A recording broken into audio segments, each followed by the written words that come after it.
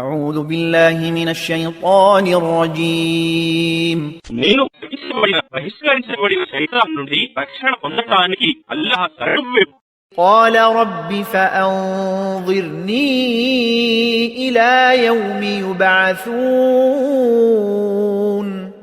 అప్పుడు ఇబ్లీస్ ఇలా మనవి చేసుకున్నాడు, ఓ నా ప్రభు, మృతులు తిరిగి లేపబడే దినం వరకు నాకు వ్యవధినివ్వు. قال فإنك من المنظرين